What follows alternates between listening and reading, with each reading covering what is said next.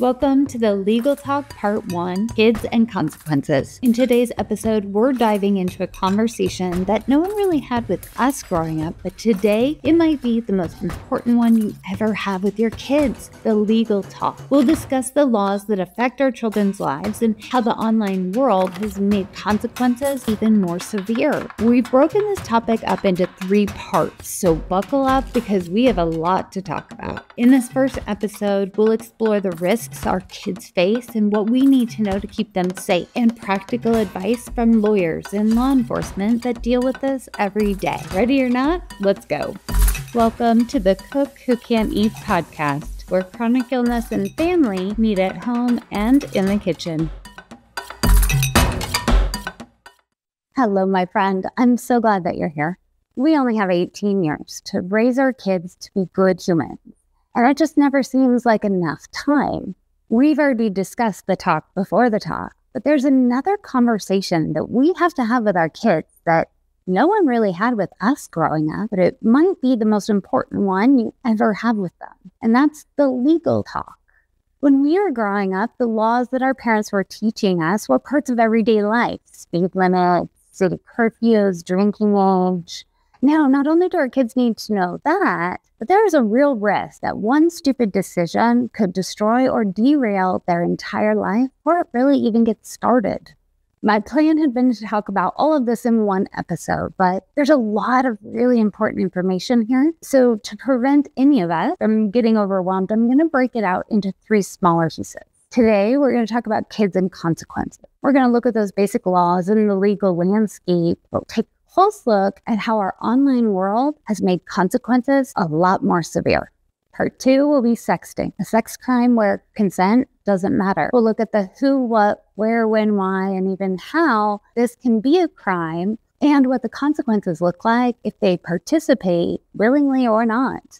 Finally, part 3 of the legal talk will be intimacy. Don't let a high school romance turn into a lifelong registry. We're going to take closer look at high school romances and the consequences that most people don't think about or even don't know about.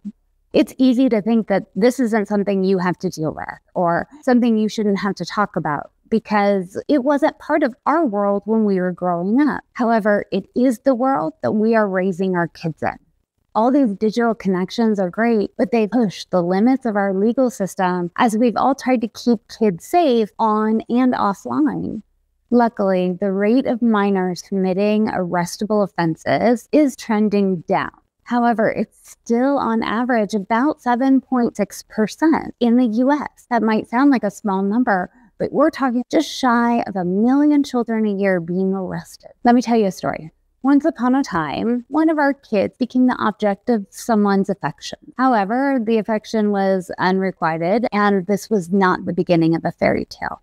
The pursuer repeatedly made their intentions and feelings known, and our kid tried to be kind while being very clear that they were not interested and that this was not going to happen. Rather than accept this, the overtures became bigger, more frequent, more public, and eventually more aggressive. Nice wasn't working, so the disinterest and the refusals became very blunt, sometimes almost harsh. Social media accounts and email accounts were blocked. Walking routes to classes were changed. If the pursuer showed up at a place or an event where our kid was, our child would actually leave. Every attempt was made to get this message across, even when it was to the detriment of our own kid. It was ridiculous. As parents, we had a general understanding of the situation, what was going on.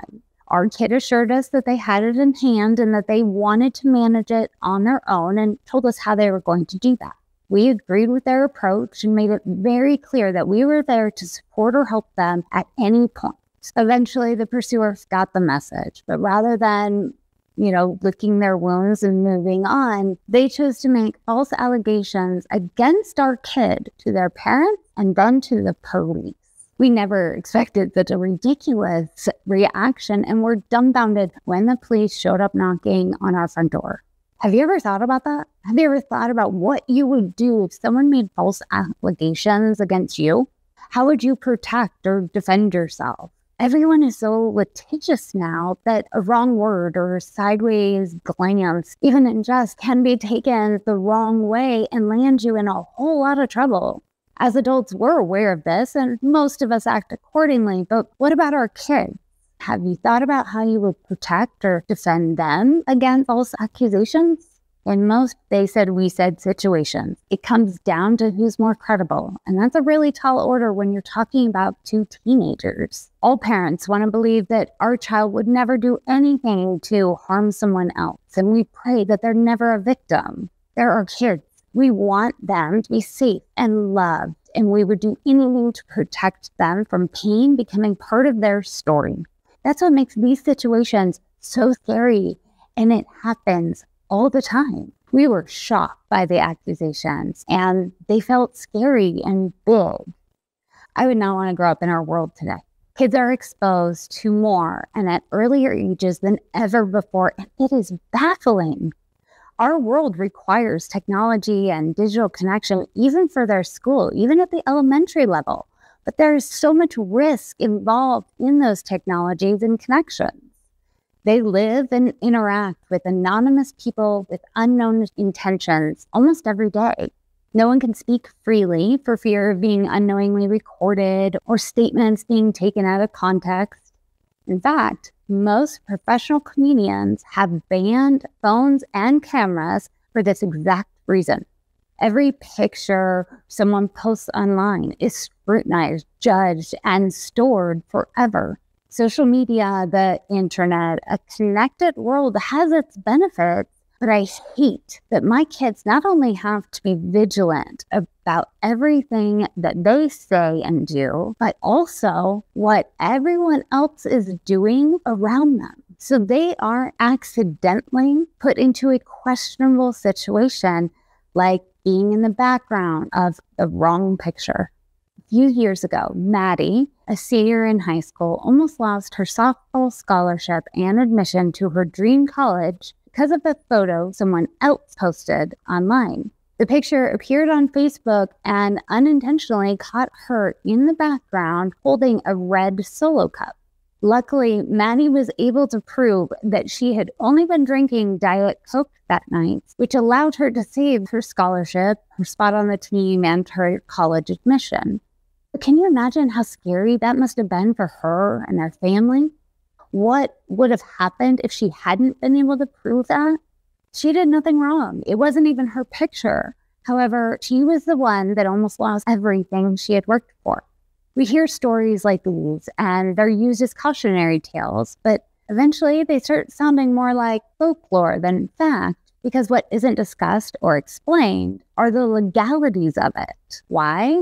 The laws have had to change so drastically to meet the needs of our online world, and most people don't realize that the laws that are meant to protect our children also apply to our children.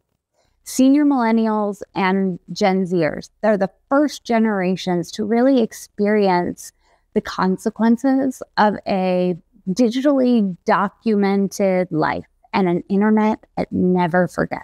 They are living with the reality that they can't control who, when, or where anything they've ever posted goes or could show up, and it can come back to haunt them 10, 20 years later.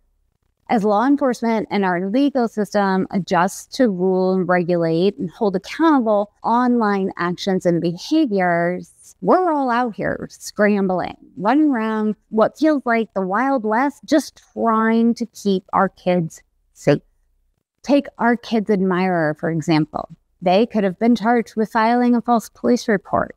If Maddie hadn't been able to prove that she was only drinking Diet Coke all night, she could have been investigated for underage drinking. To keep our kids safe, it's more than just making sure they follow the law. Their online activity must always portray good character and sound decision-making. Schools, employers, coaches, even significant others can and do examine their online presence as far back as they want to ensure that it aligns with their values. Just like when laws are broken, displaying poor judgment, poor character, poor decision-making online can have lifelong consequences. Shedrick or Shed McCall III, a star running back at Elsie Bird High School, committed to play football at a D1 college during his senior year. McCall probably didn't realize that college scouts and coaches don't just look at the player on the field. They look closely at who they are as a person. Teams and coaches don't want troublemakers or prima donnas anymore. They want more than just skilled players. They're wanting players that are going to demonstrate good character, good decision-making on and off the field, even on social media. McCall started a YouTube channel during high school to talk about his life and experiences. Even after he committed, the team and coaches were looking through his social history. They found issue with the excessive use of foul language and questionable behavior displayed in some of his YouTube videos, so they rescinded his scholarship offer. These generations that are living completely digitally documented lives are learning, sometimes the hard way, that every aspect of their online life is a representation of their character. Whether it's an illegal act or a display of poor decision-making, they are experiencing consequences most of us never grew up with, and they range from minor to life-altering. When the police came to our door and shared what accusations were being made, they weren't good. No accusations are good, but no matter what they were, it still would have felt scary and heavy. Luckily, we had an ace up our sleeve. Now, this is not an advertisement. I have nothing to do with the company, but if you do not have Life 360, go get it right now. We require all of our kids to have it and to always have it on. It's a non-negotiable. If they don't have their Life 360 on, they don't have their phone, they don't have their car, they're not going anywhere, period. It's always been a safety, lost phone, and just kind of FYI thing. Honestly, we don't even look at it very often. But when this happened, we realized its superpower, and so did our kids. We were able to pull up their Life 360 profile and show minute by minute for the 2 dates in question exactly where our kid was. We had a rock-solid account of every minute and every location. The police took pictures of the details off the Life 360 account, and they shut the whole thing down fast. It saved us and our kid a lot of time, a lot of trouble, and a lot of headache. There are obviously a lot of other laws and legal landscape that we have to teach our kids, and a lot of this varies from state to state. However, a lot of it is just like when we were growing up. It's things that come around every day or are pretty frequent and that's easy to talk about with our kids. We focus on 5 things. Curfew, explaining to them that most cities, towns, and even states have curfews for minors. By the way, it's also a really great way to get them to stop arguing with you about their curfew time. Number 2 is traffic laws. Luckily, driver's education helps with a lot of this, but we make it clear, if you're not following the laws, you're not driving. Life 360 is actually a really big help here as well.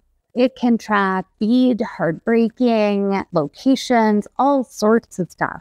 We also make sure that our kids know any bizarre or unique state driving laws. For example, in Arizona, we have something called the stupid driver law. When it rains here, we tend to get a lot of flooded areas or flash floods. These areas are always well marked, but if you decide that you're going to drive through it because you just think your car can, and you get stuck and need assistance getting out, you can be ticketed and fined for up to the entire cost of your rescue. The third area we touch on is recreational drugs. Some states have legalized marijuana, but even in those states, it's only for adults 18 and over. They do decide to partake, remind them that while it may be legal in their state, it is still illegal federally. And if they're traveling, they need to make sure that they know what those laws are for each state they may be traveling or driving through. The fourth is theft or property damage. Our message around this is basically just don't do this. There are cameras everywhere. You will get caught. Those kind of offenses are going to prevent most employers from hiring them. And finally, number 5 is alcohol. Drinking age is 21, but we're also not stupid. If they decide to experiment, or if their ride experiment, call us. We will pick you up. It's a no consequences, no questions call. But do not ever, ever jump in your car or get into a friend's car because you've only had one. It's one's too many. We also teach our kids that at any age, they should know that open alcohol bottles, if they need to transport them, say they're taking it to their friend's house or something, they need to be in the trunk. If it's inside the car where the driver could even potentially have access to it, they could be charged with both an open container or a DUI. We also teach them, if you choose to sleep it off in your car, put their keys in the trunk. If they are in the cup holder, on them, or in the ignition, they can be charged with a DUI. And just like the traffic laws, we talk to them about any unique state laws. For instance, in Arizona, you can actually get a DUI for driving a car, a scooter, a skateboard, a hoverboard, any type of bike or unicycle, a golf cart, farm equipment, construction equipment, a Segway, even a horse or any other rideable animal, and a pogo stick. At the end of the day, it comes down to the fact that we all just want to raise good humans. We never want our kid to make a stupid mistake that blows up or derails their life before it ever really gets started. It's our job to teach them right from wrong and help them learn how to navigate this world. But this job right now is harder than ever. We didn't grow up in a connected and internet-based world. We didn't grow up with an internet that never forgets. So how can we teach something that we don't know? There is a significant difference between learning these technologies as an adult and growing up in them like our kids are. The list of things that we don't know just grows longer. Every day, technology and the internet advances so rapidly. And it's a scary thought, but it's not one we can dwell on because we have too much to do. Learn what you can, when you can, and make sure you're sharing it with your kids. Because while we can't always keep up with the technology, you can make sure that you are teaching your kids right from wrong and how important it is to have good character. That is how you're going to be able to keep them safe on and offline. Thank you for being here, my friend. I know this can feel like a heavy subject, but more than ever, we really need to educate ourselves and our kids on the realities of our digital life. Next week is part 2 of the legal talk, sexting, the sex crime where consent doesn't matter. We will look at sexting, texting, and all the ways that people are talking online, along with what that can mean with our kids, whether they're participating willingly or not. Serious consequences can come from online and texting activity, and I'm not just talking about the legal ramifications. Next week, I'm sharing what I've learned from law enforcement, attorneys, and a whole lot of research. It's still the Wild West out there, and the best way to keep our kids safe is to know what's really happening and to teach our kids that online activity can lead to serious real-life crime. Join me on socials for extra content, recipes, podcast sneak peeks, and more. Don't forget to subscribe so you know as soon as the next episode is available. In the meantime, take care of yourself, my friend. I will see you next week. Accessibility matters, so every podcast episode is available on your favorite platform and as a video with captions on YouTube.